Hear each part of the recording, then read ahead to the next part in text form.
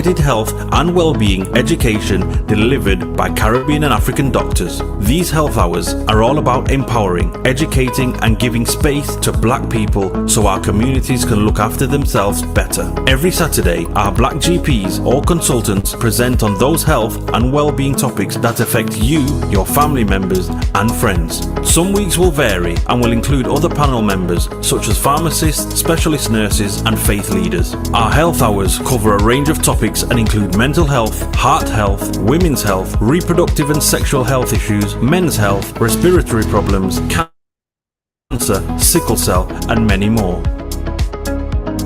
We have not forgotten to include within our health hours the many societal, cultural, religious and racial challenges that can go hand in hand with health problems and influence how we should respond to meet health and well-being needs. The sessions are designed for you and we want you to use the time to listen, learn, share your experiences and ask questions to our Black doctors. During every session, we will gather your feedback so we can continue to respond to the needs of our Black community. To request any particular topic, please email health@cahn.org.uk. We encourage you to invite others to our health hour sessions. Spread the word in our community. CAHN is funded by the National Lottery Community Fund.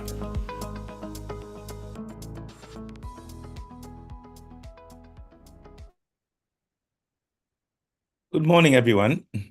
Good morning. Saturday, 12th of October, 2024, and welcome to this morning's CAHN Health Hour.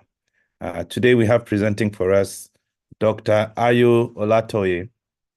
Doctor is a consultant in acute medicine. He's also a transformational mindset coach, and he's based in Manchester. Doctor today will be talking about burnout. Now, burnout is quite a big topic and has quite significant health and economic implications for this country. On the individual level, it's something that people tend not to recognize and diagnose early enough. And when it is caught too late, the problems can sometimes be irreparable. Now, burnout has physical, mental, and emotional characteristics, and it's basically you end up feeling rather exhausted. It is separate from stress, so I hope doctor will be able to separate that for us. And it is also separate from laziness. A lot of us tie ourselves down and beat ourselves up about being lazy when sometimes the root cause is something far bigger.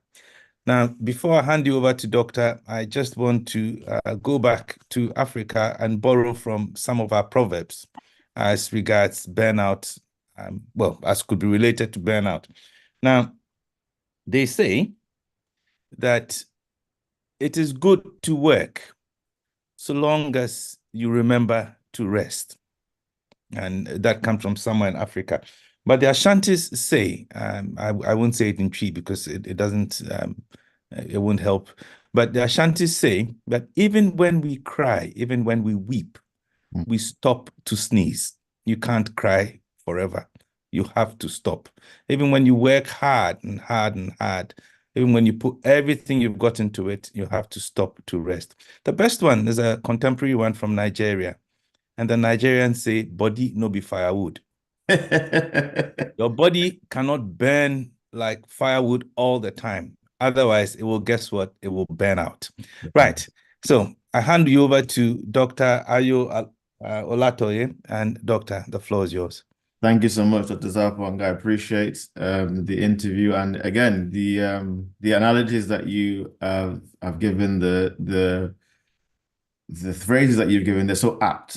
And I hope to address those things as we move forward. So I always start by saying, thank you very much. Thank you very much. I am very grateful for the opportunity to come and speak to you.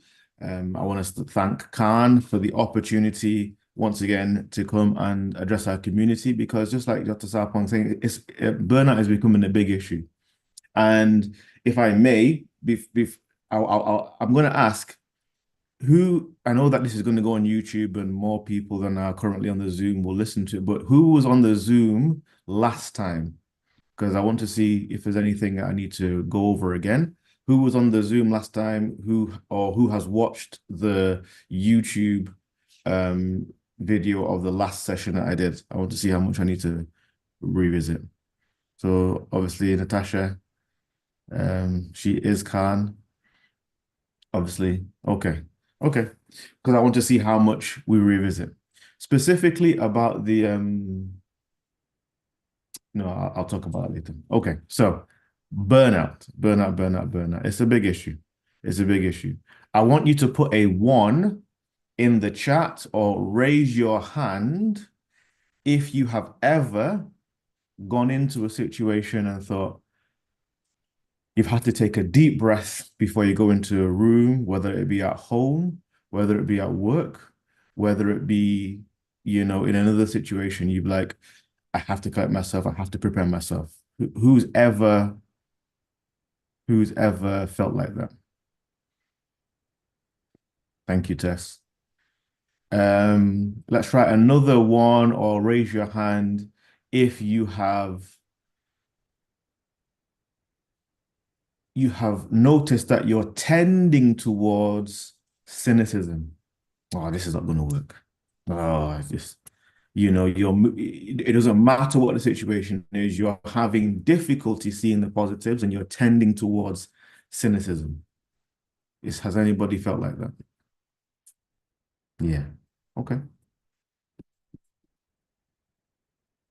The reason why these things are important is some of these are the symptoms of burnout. And just like Dr. Sarpong said, sometimes the issue, you need to give yourself grace. Sometimes the issue isn't you're tired or anything else. It is actually, I've done a lot. I am burnt out.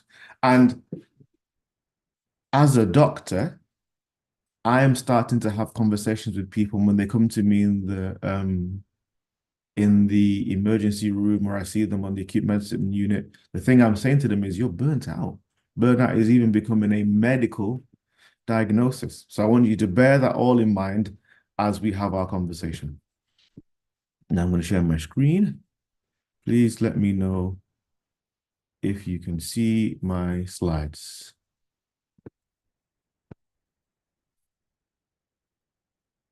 Okay, can you see my slides? Yes, sir. Yes, we can. Wonderful. Okay, so some of this stuff I'll go over very quickly because we've talked about it before. So I've done my thank you. Now, who am I?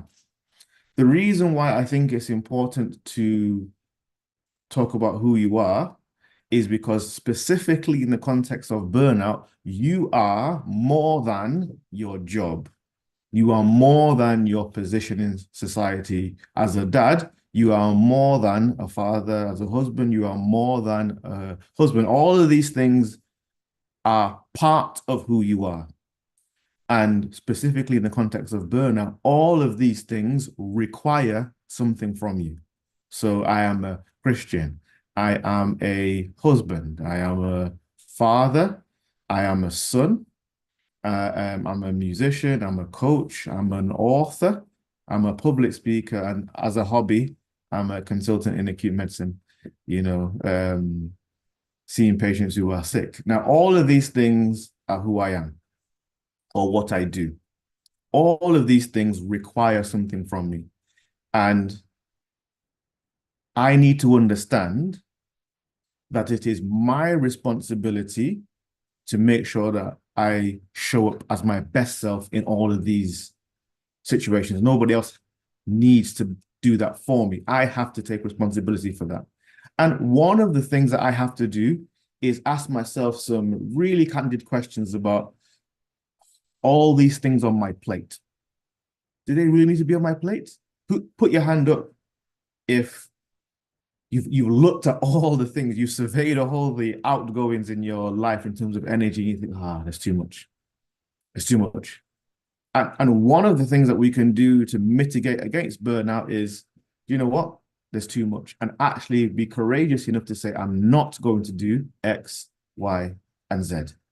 But even once we've whittled all of these things down, almost everything on this page is something that I get to do, but I have to do. I can't tell my wife, do you know what, for the next month, being a husband is a bit much, so you have to do without me. I can't tell my children, oh, do you know what, I'm going to abdicate my responsibilities as a parent. I'll see you guys in 6 months. What foolishness. I can't do all that. Those things are my life.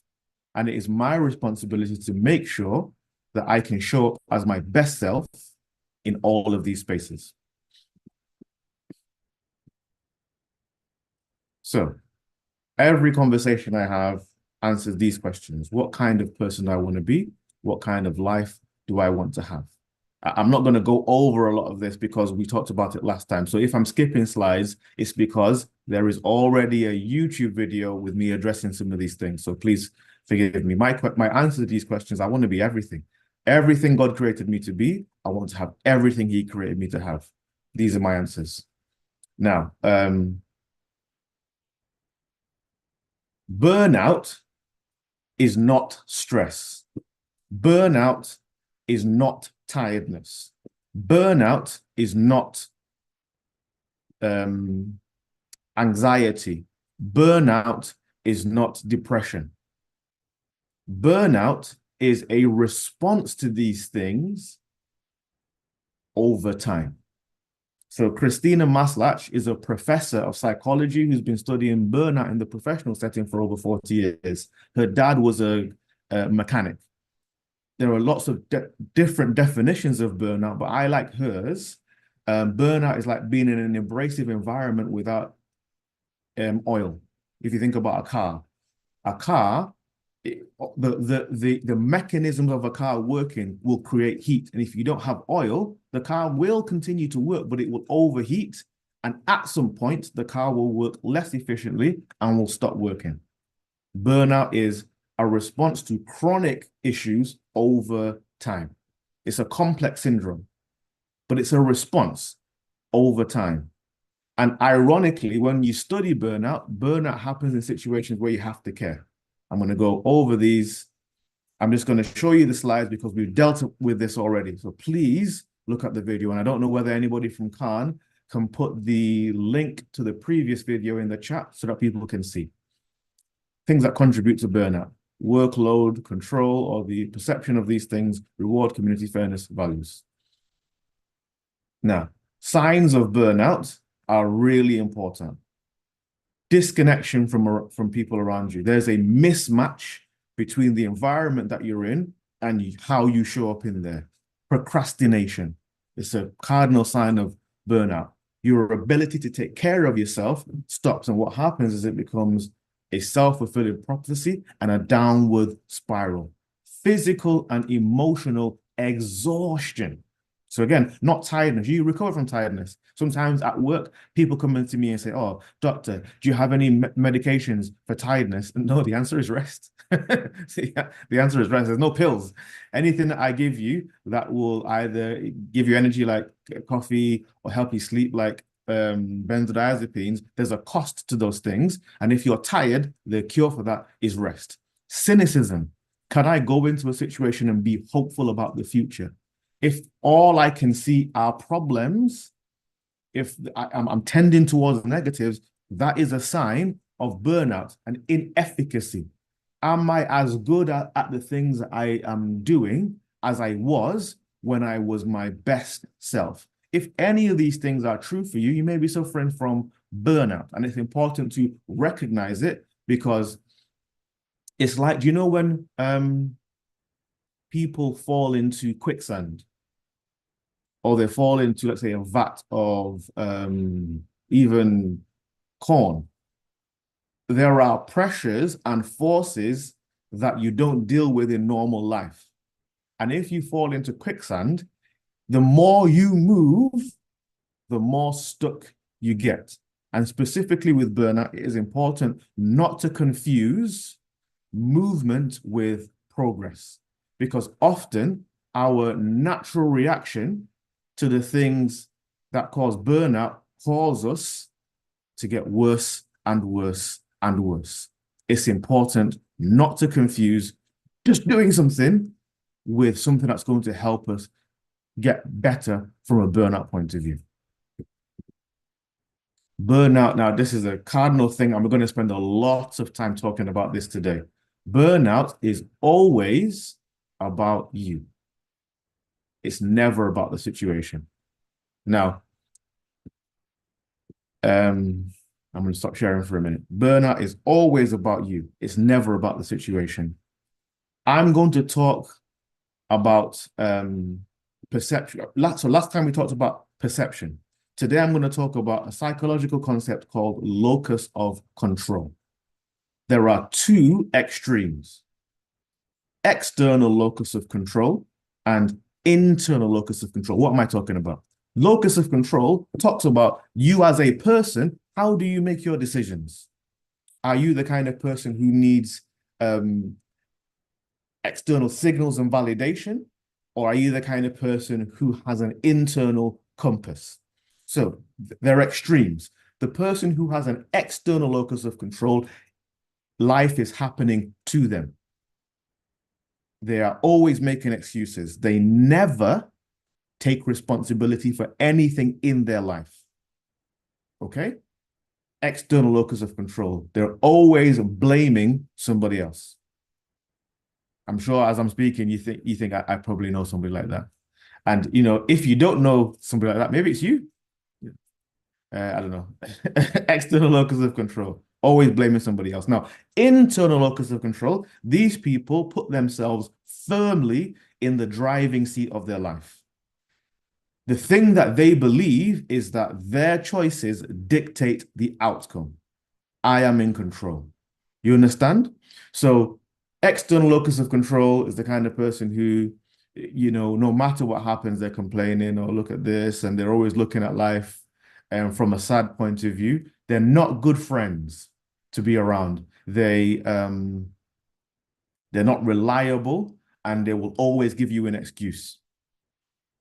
I don't want to be that kind of person, and I don't want to interact with this kind of person.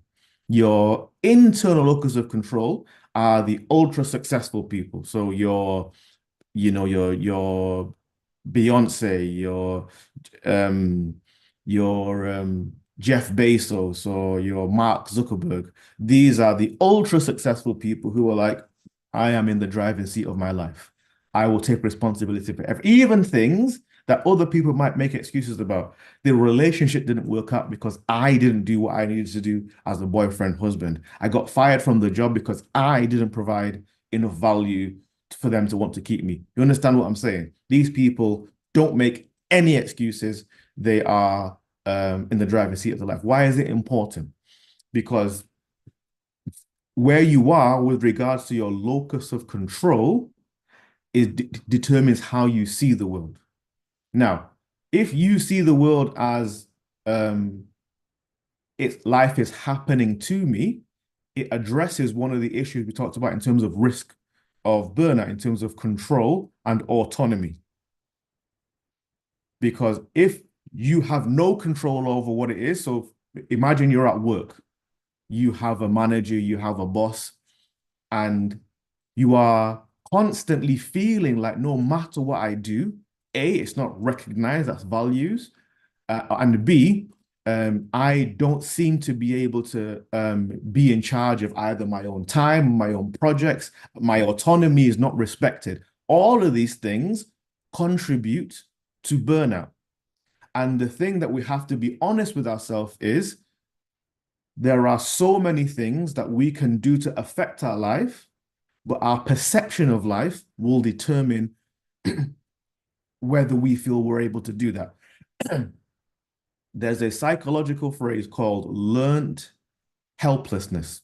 I'll explain it to you. Imagine they were studying, there was a group of scientists studying fleas. They were studying fleas. The thing we know about fleas is that they can jump really, really, really high, okay? And they put these fleas in a jar. And they cover the jar with cling film. So according to the fleas, I can see the outside, and the fleas were jumping. trying to escape, and they kept hitting their head on the cling film. And eventually, what happened is that those fleas just stopped jumping that high. And they just never jumped higher than maybe 90% of the length of the height of the jar. Then scientists took the cling film away. But the fleas never jumped higher than the new level. And interestingly, the children of the fleas that were born in that jar never jumped higher than 90%. Now, fleas can jump. That's the thing that they can do, but they didn't lose their capacity, but they lost their ability to understand that this was a problem they could solve. How does it relate to burnout? Last time, I talked about perception. I really think it's important for you to go back and watch why perception is important. The question I'm asking you when it comes to burnout is, how many of the things in your life are things you can actually change? But maybe the reality is that we lack courage. I'm going to talk about it a bit more later. But how many of the things that we're dealing in life, and we're complaining about them, look at this and look at that and look at that. How many of those things are things you can actually change? You can change. You don't need anybody else to help you. You don't need permission from anybody else. You can change. Now, it may be that there's an issue, or there may be a consequence or a repercussion of the change, but you still are in a driving seat. When I do coaching with people, every conversation I'm having is moving that person to an internal locus of control, understanding that there are some things that you can change. I hope you're following me so far. And again, I'm not revisiting a lot of the conversation about burnout because we've dealt with that before. I'm just trying to find my slides.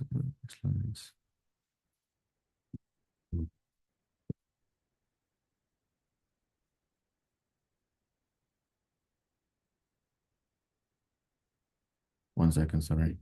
Forgive me.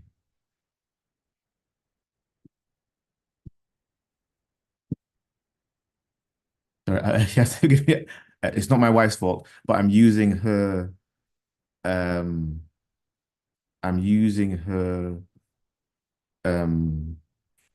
laptop, and I am less good at using it than using my own. So let me try again. Let me share my screen. Okay, you can see my screen, I'm hoping.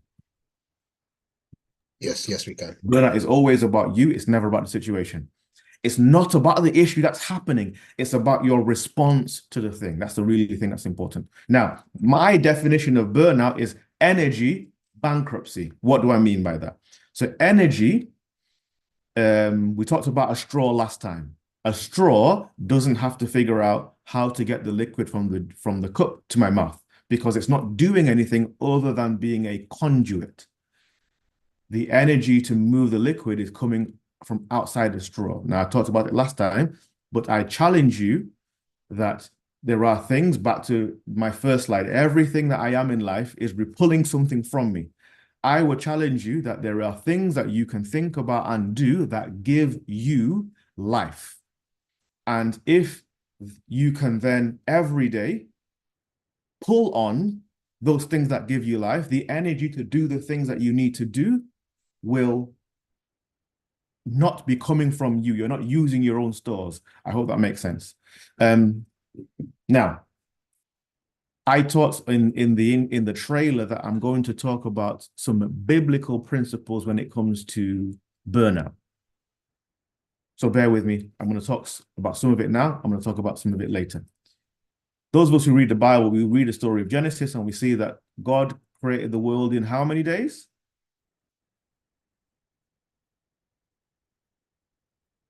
Okay. Whether you believe it or not, I'm just asking the question. So the answer is 6 days. That's what the Bible says, yes? Okay. Now, why do I think it's important? Because what happened on the seventh day? Thank you. what happened on the seventh day? The Bible says God rested from his work. Now, let me ask you a question. You might not have ever thought about this before. Why does a God who is omnipotent, meaning that he has all power, that also means that when he expends his power, he doesn't become less powerful?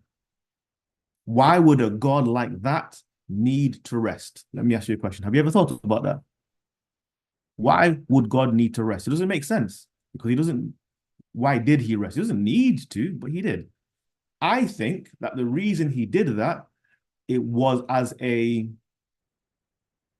lesson to show us that rest and not go and not just going is important. So those of you who are Christians, if you are the kind of person who just goes, and you've subscribed to hustle culture, and you're not in a situation where you are planning in your life, not doing, resting, taking time for yourself, having quiet, all of those things, then are you following a biblical principle?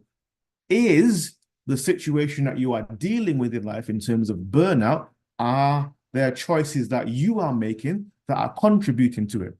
Now, nobody likes to hear that. And before I go on, I want to remind you that I am your brother.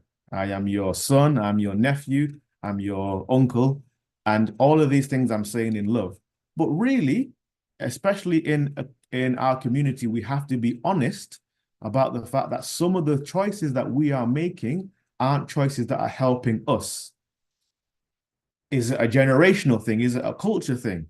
There are ways in which we work that we think that go is the solution to the problem, and just work harder. I'm not against hard work. I believe in hard work. I believe that you should be the hardest worker in the room if you can. I'm just saying that we have to be honest about the fact that sometimes there are some cultural influences that don't allow us to be comfortable with taking time to rest. If God, who doesn't need to rest, rested, surely that is an example of us who do need to rest, and to plan it. It's not going to happen. Especially if you're, now you're a parent, you're in your 30s, your 40s, maybe your 50s. The older you get, the more responsibilities you have an opportunity to acquire. So you have to be in your driving seat of your life saying, these are things I'm going to do, these are things I'm not going to do.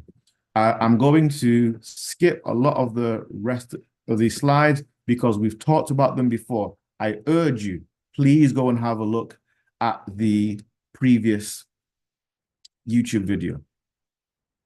My framework for coaching and a lot of these things, we're really good at, as human beings, at fooling ourselves.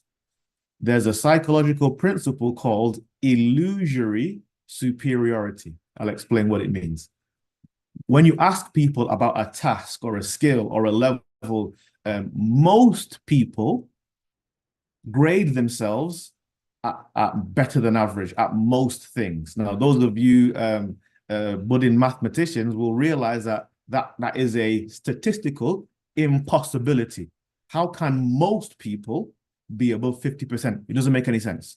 Only 50% of people can be above 50%. So therefore, what it means is that most of us don't have a great appreciation of really how good we are at things. Maybe in the context of rest, maybe in the context of organization, maybe in the context of stress relief. It's actually the reason why most businesses fail, because they believe that they're better at providing a service than they actually are. Now, when I say confront yourself, what do I mean is go back to look at the other video and ask yourself, are you burnt out? Really confront yourself. Is it tiredness or is it burnout? And a harder conversation is, have I contributed to it by the choices that I've made?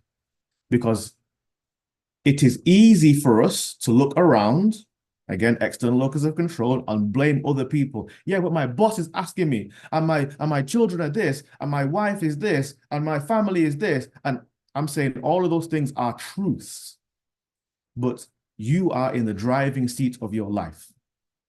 And have you if you're really honest with yourself, put yourself in a situation where you have got some protective strategies so that you can rest.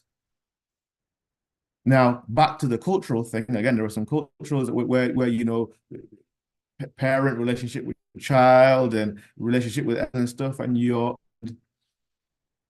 we can not be honest with ourselves about the fact that we feel cajoled to do something, or maybe it's just the way that you were grown up. And I was having a conversation with a good friend of mine and my cousin yesterday, and the reality is sometimes when it comes to being protective of yourself and having boundaries is you have to realize that you have to fight your nature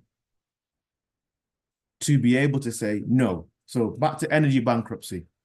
I'm hoping that we understand the concept of financial bankruptcy. I owe more than I have.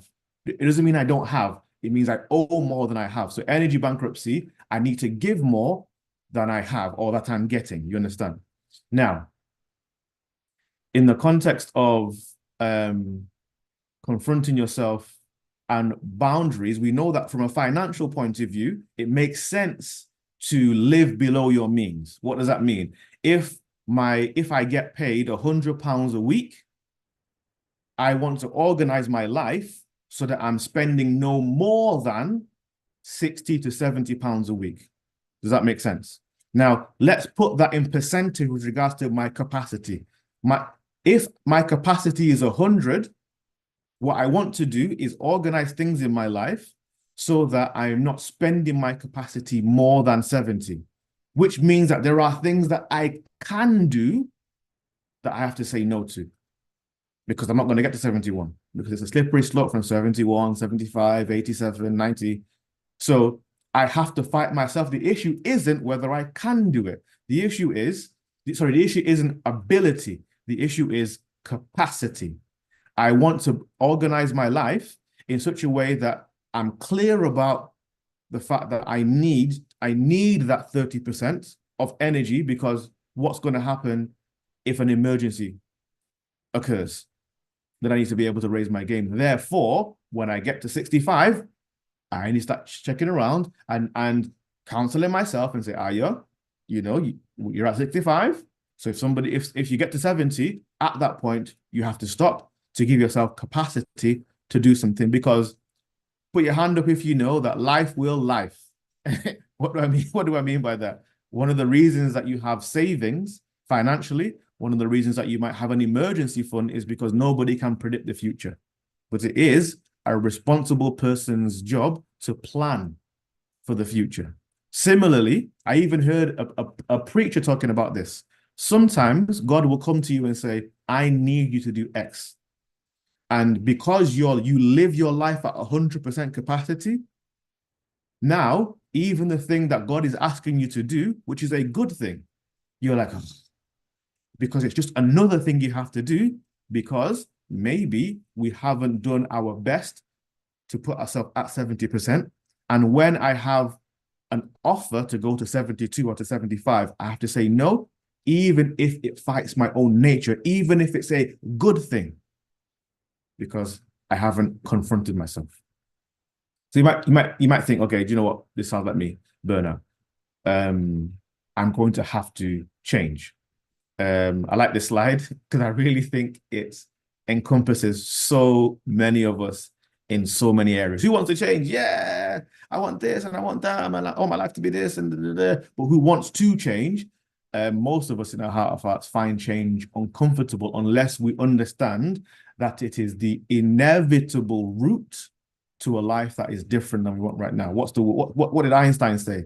Einstein said it is the definition of madness to keep doing the same thing over and over again and expecting a different result. It doesn't make any sense.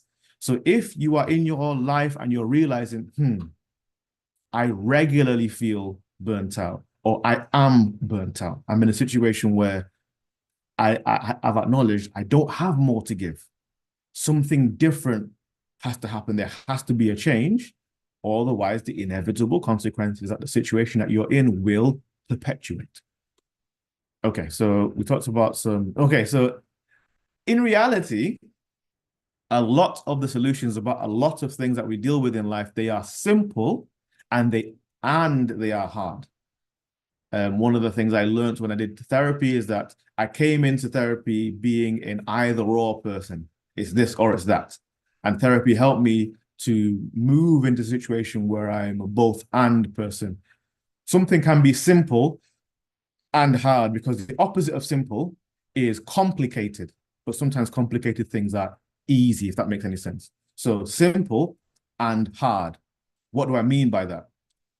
When it comes to burnout, I have to work on my perspective. I did a lot of talking about that last time, but I have to understand that if the lens that I have is the lens of complaint, of negativity, of cynicism, it is my responsibility to identify that lens and take that off. That might mean that I have to have conversations with my nearest and dearest and say, tell me how you think of me. And maybe there's nobody in my life that I can do that with. So I have a conversation with a professional and they tell me, actually, this is what I see. Why? Because if there's something that's yellow in front of me and my lens is blue, what I will see is green. And I might even argue with you when you say it's yellow because my perspective is off. So the solution is simple, but the working out of it might be hard. We talked about the stress cycle last time. I'm not going to go over it. Please watch the last video. And a strategy to deal with burnout is because people get into so I believe that life is all about choices. I don't believe that the majority of my life is happening to me. I was having a conversation with somebody at work. Even if my people at work are stressing me out and they're snakes and they're not good characters, the thing that I can get from that, because I want to put myself firmly in the driving seat, is if I'm swimming with sharks, then I have to be conscious how I swim. And I have to be conscious about, do I want to swim in this pool? I'm in charge of that. But if I choose to swim in that pool, I am responsible for how I swim. I hope you understand what I'm saying. So list my priorities, because life is about choices. So for me, my priorities are my relationship with God, my wife, my family, and everything else is less than that. It might be providing for my family financially, and then, you know, entrepreneurship, building generational wealth and other sort of things. Why are these things important? Because burnout happens because at some point in hindsight, there were choices that were made that led you to energy bankruptcy. Because life is about choices, when I list my priorities, every time I make a choice, I have to ask myself, is this choice helping me achieve a life that is protective from burnout? So it is, and I'm not going wrong, I'm a hard worker, I'm not a clock watcher, but you know, there are boundaries that I need to put into my life. So if somebody's like, oh, after hours, or I really need you to, I have to ask myself, well, this is family time. So is the thing that they're asking me to do more important than the family time? Now, only you can make that choice, but one of the things that helps you make decisions is deciding what's important before you have to make a decision. There are even some mirrors in medicine. So when I go to a cardiac arrest, or when the crash team comes to a cardiac arrest, we have a list of things that we have to go through. And so it's called an ABCD review. If I can't sort out A, I don't move on to B. It doesn't matter how I feel about B, because if I don't sort out A, nothing else is important. You understand? So when it comes to listing my priorities, this is how vigilant and disciplined that I have to be, because if I then I am, you know, fluctuant about my choices, and I allow myself to be pushed around, I have to take responsibility about the fact that maybe I didn't make it clear what my boundaries are and my choices, and I didn't choose the thing that was important. Does that make sense? It's the reason why, you know, relationships break down, marriages fail, parents have trouble with their children is because somebody forgot what was more important. Somebody made a choice to choose a lesser thing, even though it might be more uncomfortable or challenging or whatever, to choose a more priority thing because they forgot or they didn't have it clear in their mind. Actually, being present at home is more important than giving my best self to work. We've got it all wrong way around. We give our best selves to work, maybe because that's where money is, and then we give our family what's left. That's a wrong priority. That's a wrong priority. And if we do that, where do you expect to get to in 20 years, 30 years, 40 years time? Nobody on their deathbed ever said, oh, I wish I'd spent more time with work. Everybody on their deathbed is thinking about their relationships and wanting the people that they love and who love them to be around them. I would encourage you, there's a book, there's a lady who was she worked in palliative care, and she interviewed people. I'll see if I can find it. She interviewed people who were on their deathbed, and it really puts things in perspective. Specifically about burnout, I want you to think about your life in 50 years' time when you're on your deathbed. And think about the choices that you make every day. Are those choices the ones that are going to lead you to a life in 50 years' time when you're like, yeah, I lived.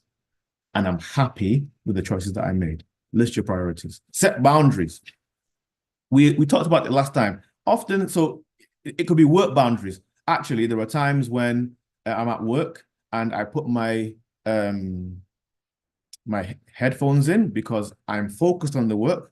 I don't want to be disturbed.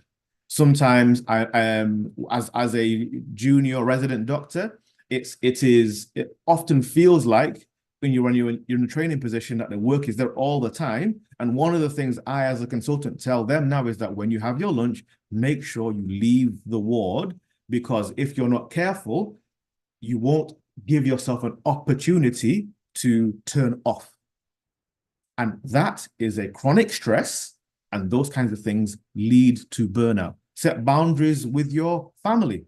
I said it last time. Sometimes there are people who, and again, culturally, if it works for you, great. But if it doesn't work for you, maybe you have to say, I love the fact that you're free. But we've talked about, maybe please calling before you come to the house. And I just want to be clear, I love you. I love that spending time with you. And there are times when it might not be convenient for me for you to come over. So please just call beforehand. And if you just turn up, I might meet you at the door and say, I'm really sorry. Now's not an appropriate time. I love you. I'll see you another time. Now, might be an issue if you say that, but that's you having the courage to set your boundaries. I always wondered. So, we've had 3 children, and, my dad's died. There are certain cultural things that when we have children and people come and visit me, why am I providing food for you? We had the baby, and maybe it might be an unpopular opinion, but that's a cultural expectation. Or there's somebody who died and you're coming to my house and we are the bereaved, but we're hosting you. And there are some people who they won't move from an understanding of that's what their expectation is. I'm just saying, if it works for you, fine. But if it doesn't work for you, you have to have the courage to say, this doesn't work for me.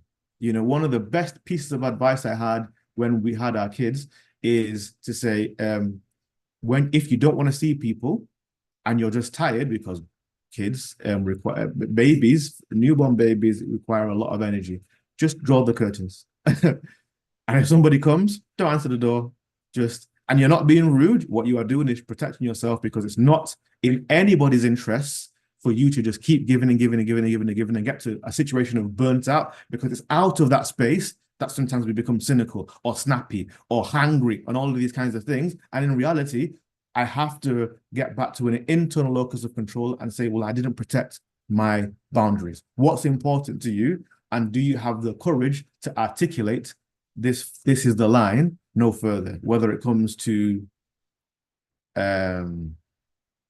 relationships in families, or at work. Set boundaries. Count the cost.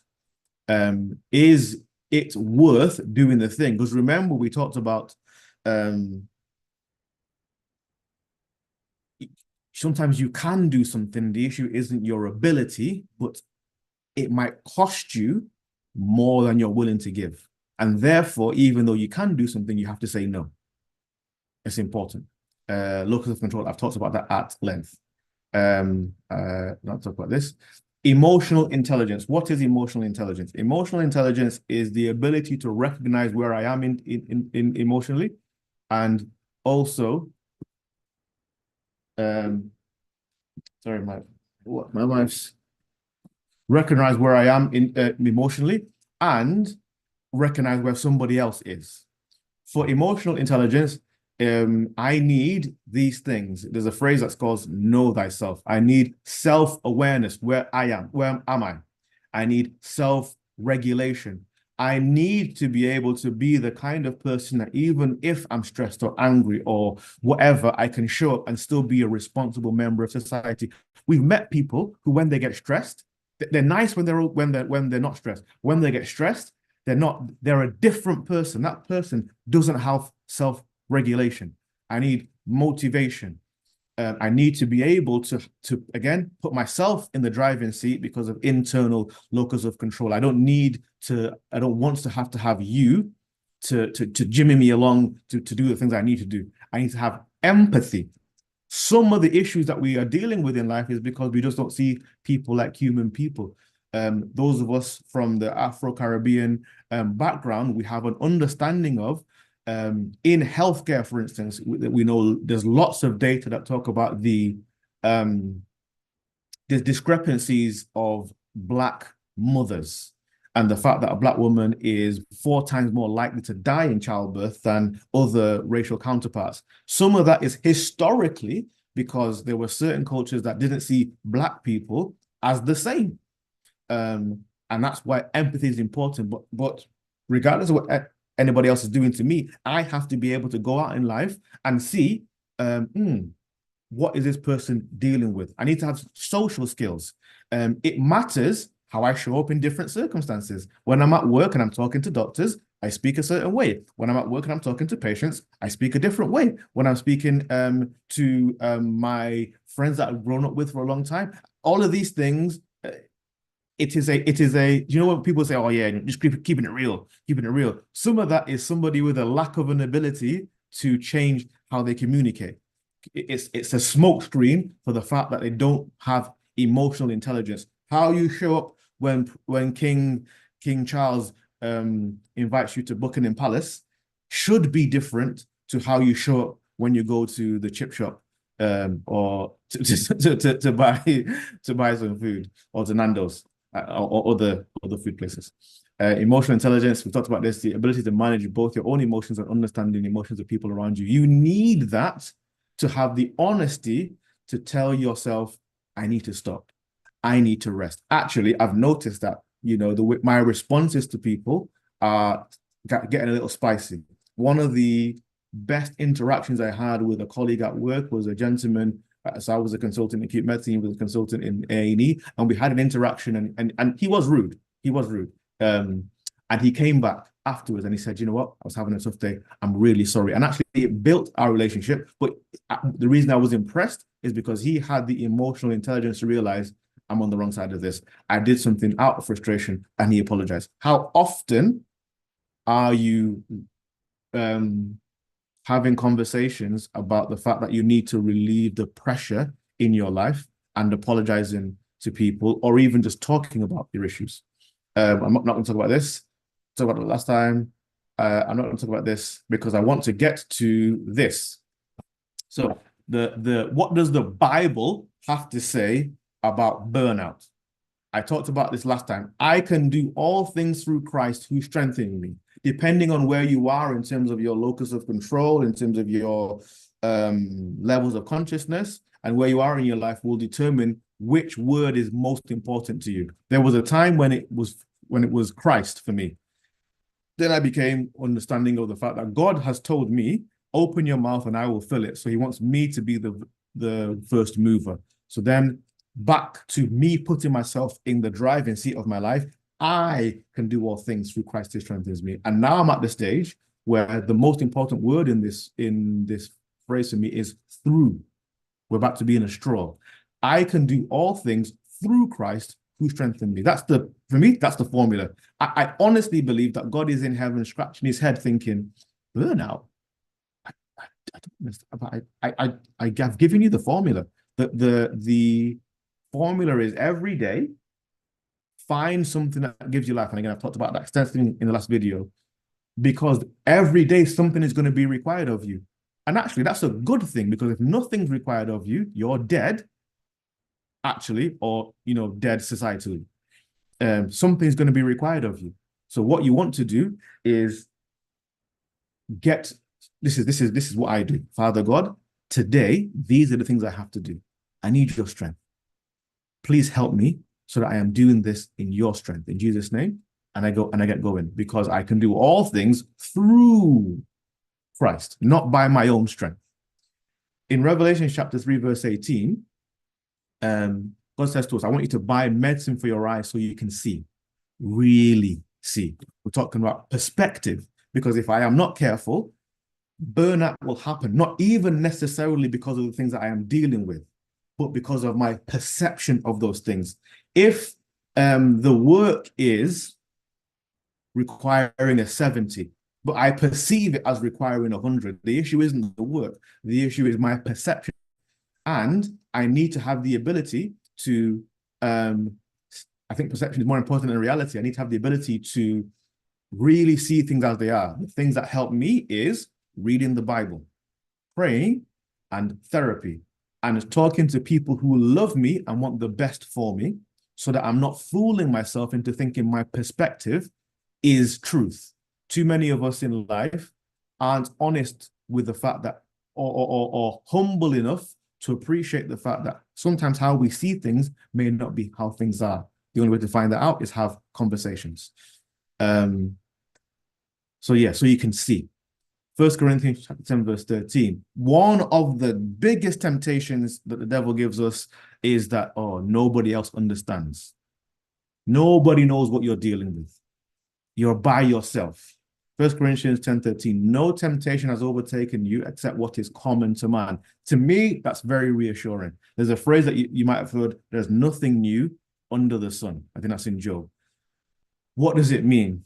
One of the protections for burnout is community. My wife and I, we have 3 fantastic, beautiful children. They are 12, 10, and 9. Now, one of the things that we like to do with younger parents is have honest conversations with them and say, look, the reason you're finding it hard is because it's hard.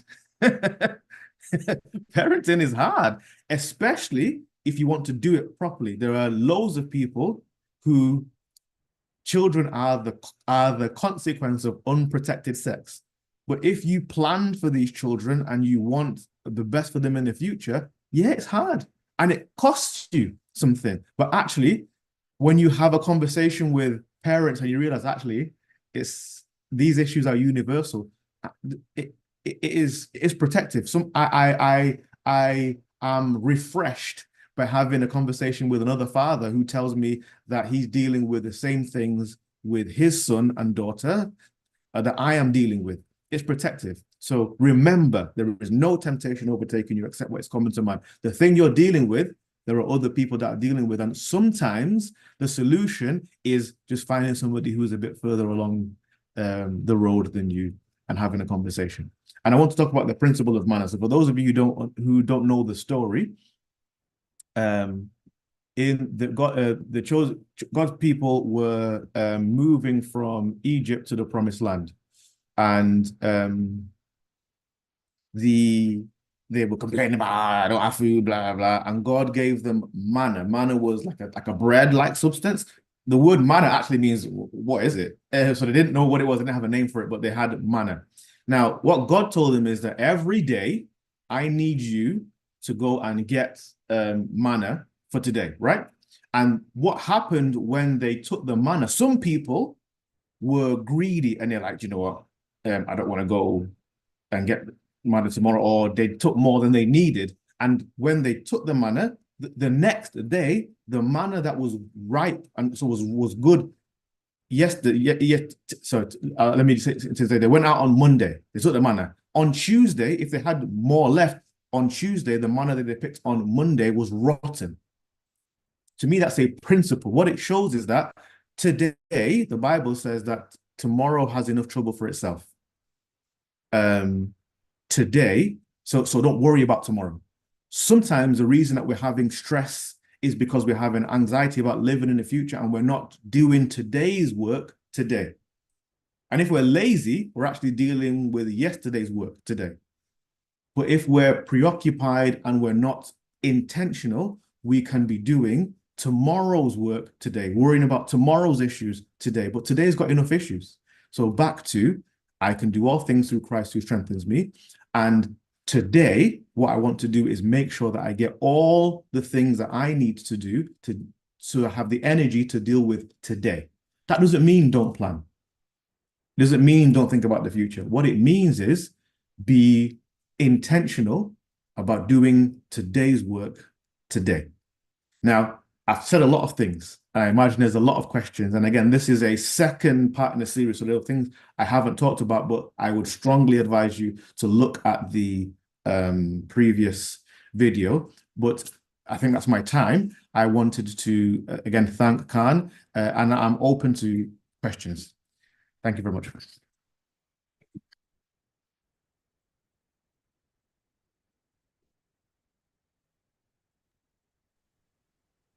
I think I've unmuted myself now. Yes. So yeah. Thank you very much. Thank you very much, Dr. Ayo. This has been fantastic. It seemed to me like you could have gone on for a long time. You may want to consider coming back again, because things like this, they sort of sit outside our immediate consciousness, and unless you are made aware of things like mindfulness, burnout, and all of that, and the potential for it to really govern your life in a positive manner, you may live your whole life looking at the wrong things and heading in the wrong direction. So please, if you would consider coming back with some more, I think it would really, really help. This could actually be something, a 4 or 5 part series. Well, I actually do a beating burnout seminar. It's a 4-hour seminar that I take to businesses and to individuals. I lead at least 10 people to do it. So if people are interested in engaging in that, because I think, they can speak to CAHN, or they can find me on at Master Builder, MasterBuilder 2022.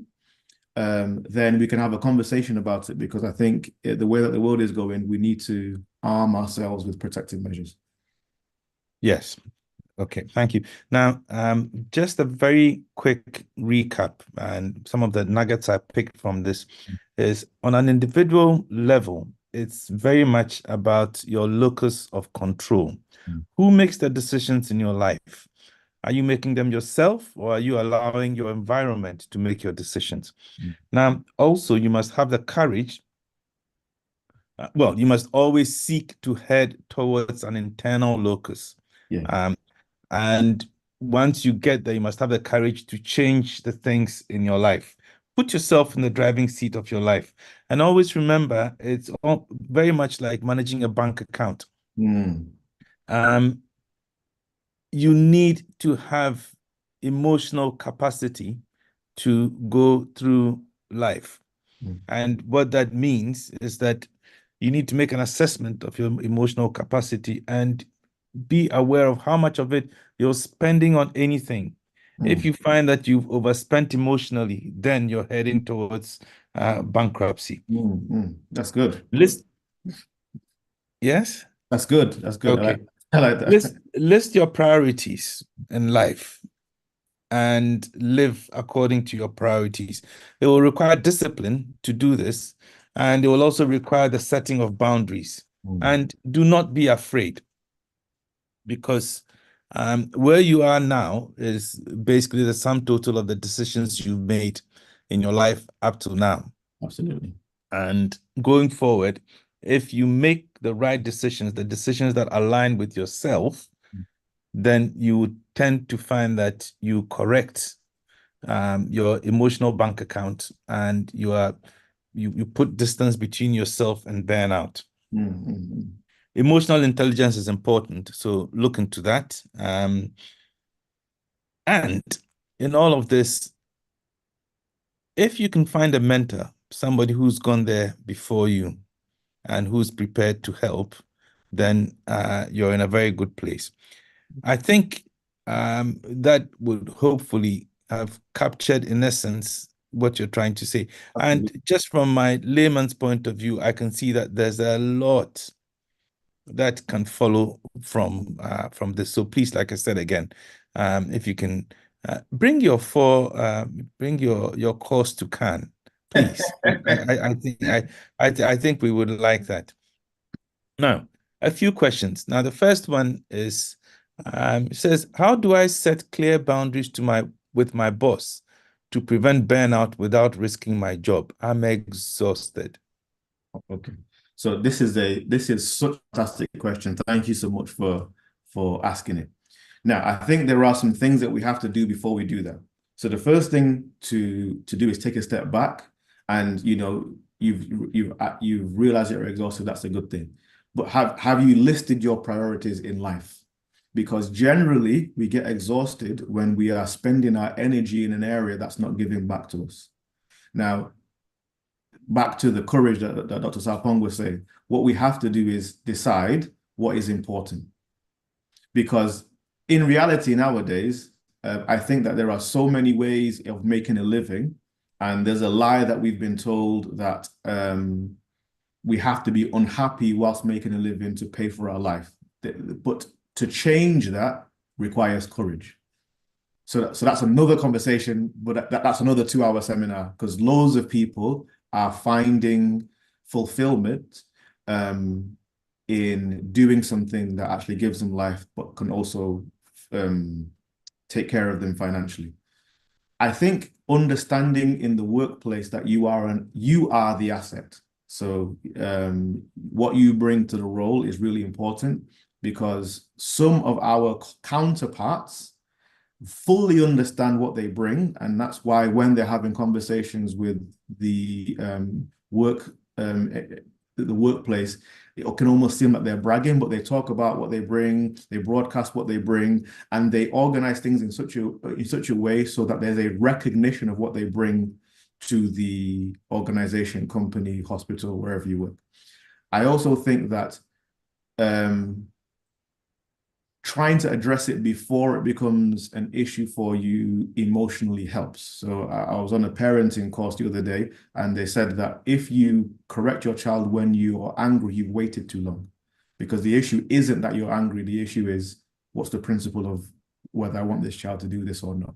So before you have to get into a situation where you come to the boss and say, I'm burnt out, it's useful to go into a situation understanding I am an asset.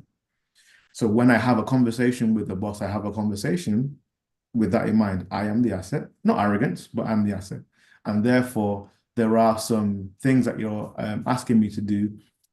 I don't think I'm going to be able to do that. Now, there are communication tools that you can use. So one of the things, and again, there's 2-hour courses about this as well, is maybe not to say no, but to learn to say things like, I would love to do that. However, I have to do this. And sometimes when some bosses don't understand the weight of what they're asking. So for instance, at work, sometimes somebody will come to me and say, I need you to do this. And they've already asked me to do something else. And what I'll say is that, no problem, I can do that. You've asked me to do this. Do you want me to do this first and then do the thing you've asked me to do? Or do you want me to stop doing the thing you've asked me to do and then do the second thing? Because then they make the choice about what they feel is a priority, because I am subordinate to them. Does that make sense? But there are so many tools. It's a very complex thing. But I think in principle, understand you are the asset, and have courage to communicate, but there are tools that you can use so that you get the thing that is protected for you. Yes. Now I'm convinced that you will have to come again. Yes. Just mindful that we are running out of time unless CAHN can extend it. The second question says, I often get headaches after a few hours of working on the computer. Could this be related to burnout, even if it's not an eye issue? I suppose, yes, but the first thing I would check is your eyes, especially if it's not immediately, because there's eye strain and all these kinds of things, and depending on your where your eyes are, just using glasses could help you solve that problem. Because if it's the thing about burnout, which is different to anxiety and stress, is that even when you move the stressor away, somebody who is burnt out still has an issue. The example that I give in my seminar is somebody who's burnt out versus somebody who's depressed. If I take somebody who's burnt out to a holiday in Barbados and say, don't worry, while you're away, everything's going to be sorted out. You won't have to come back to any work because work is their stressor. They will enjoy the holiday. But somebody who is and Grace, yeah, Grace is going, and somebody who is depressed won't enjoy the holiday because for them it's an overarching perspective thing about everything in life. So specifically about the computer, I will check your eyes first. Okay. Now, the next question is, how can I help my family understand that my burnout is real and not just a modern trend? Good question. So I will see that and I will raise you two things. First thing is, why do you need your family to agree? I know that's a hard question. I'm really sorry. But why do you need your family to agree? That your situation either is or it's not. And you either believe it or you don't. So if you believe that you're in a situation where you're burnout, and I'm sure you've done all the work to look at the signs, to look at the evidence, to look at your situation, and you agree with that. Now, does somebody believing the truth make it more valid? No. So I suppose that the bigger issue is there. Some of us grew up in societies where there was transactional relationships in terms of love, or there was a need for an external validation for us to feel valued. What I'm challenging you to say is that whether your family believe you or not, is the situation that you're dealing with real? Now, if it is, then make the choices that you need to make. And there may be consequences, but is it worth your life? Is it worth your health? And, you know, I don't know your family, so this is not to anything, don't want to make any comments about that and be disparaging, but maybe there's a bigger issue about how we communicate as a family. If I'm telling you there's something that I'm dealing with that's real, and you, as my brother, sister, mother, son, niece, can't empathize, even if you don't agree. Thank you. Now, one of the things that I noted from your talk as well, and very quickly, is the reference to you said learned disability. So basically, when you're talking about tendencies that are familiar, run through families and generations. Mm-hmm. So if we can recognize this, then I think we have a duty as mentors of our children to make sure that we're not passing on these deleterious or negative tendencies to our children. That's something to look at. There's a recommendation about a book from Dr. Gabor Mate, which is titled When the Body Says No. As one of our viewers has recommended that we all look out for it. So when the body says no. There's another book. There's another book along the same lines that's called The Body Keeps Score. The Body Keeps Score. So please have a look at that as well. When the Body Says No and The Body Keeps Score. Two books to look at. Yes. I think reading is imperative for a successful future. Absolutely. So I think this has been a very, very useful session. We have filled our time well and used it properly. So we're very grateful to you, Doctor. I keep reiterating that you should come again. At this stage, in the absence of any other further questions and mindful that we're running out of time, I will hand over to Wisdom from CAHN, to do the closing. Thank you very much, everybody, for attending. Thank you very much, Doctor. And long may we live to enjoy more Saturday mornings like this. God bless us all. Thank you so much, Edmund. Thank you, Dr. Sapon and Dr. Ayo, for very insightful topic that's been out here. I've really learned a lot today. It's more about being mindful about how you control yourself. That includes stress and improving your focus. So in a nutshell, thank you everyone for joining today's Health Hour.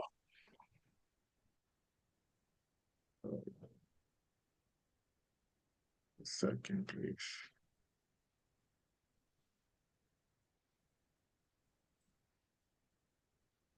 So same time next week. That's on the 19th of October. We'll be having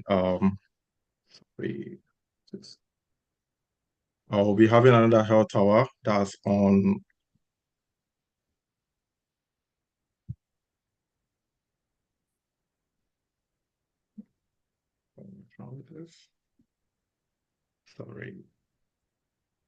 we'll be having another health hour same time next week. That's on mental health inequalities, and Dr. Mosun Fapu Honda will be our guest on next week.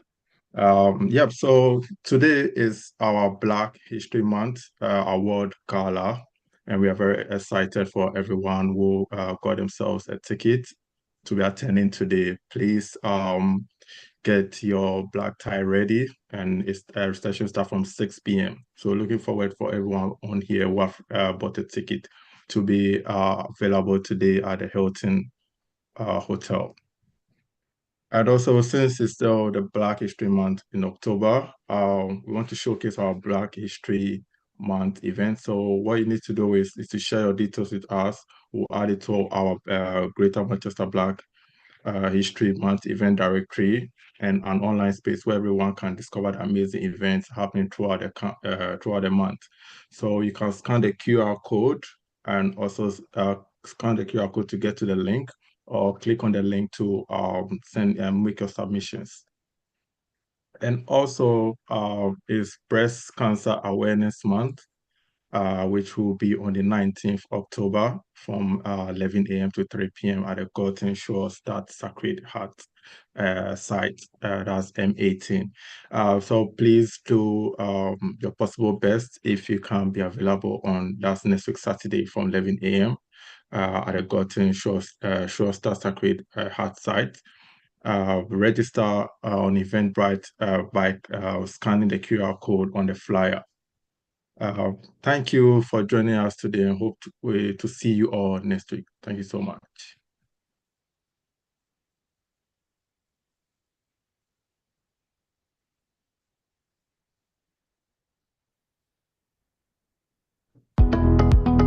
Welcome to our Caribbean and African Targeted Health Improvement Program, CAHN Health Hour.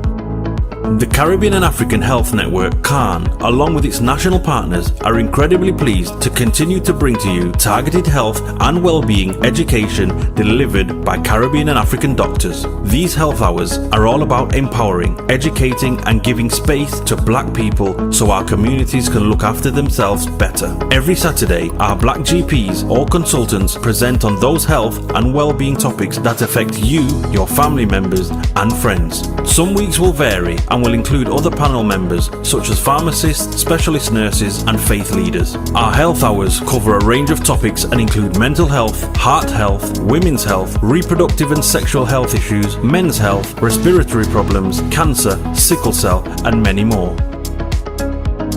We have not forgotten to include within our health hours the many societal, cultural, religious and racial challenges that can go hand in hand with health problems and influence how we should respond to meet health and well-being needs. The sessions are designed for you, and we want you to use the time to listen, learn, share your experiences, and ask questions to our Black doctors. During every session, we will gather your feedback so we can continue to respond to the needs of our Black community. To request any particular topic, please email health@cahn.org.uk. We encourage you to invite others to our Health Hour sessions. Spread the word in our community. CAHN is funded by the National Lottery Community Fund.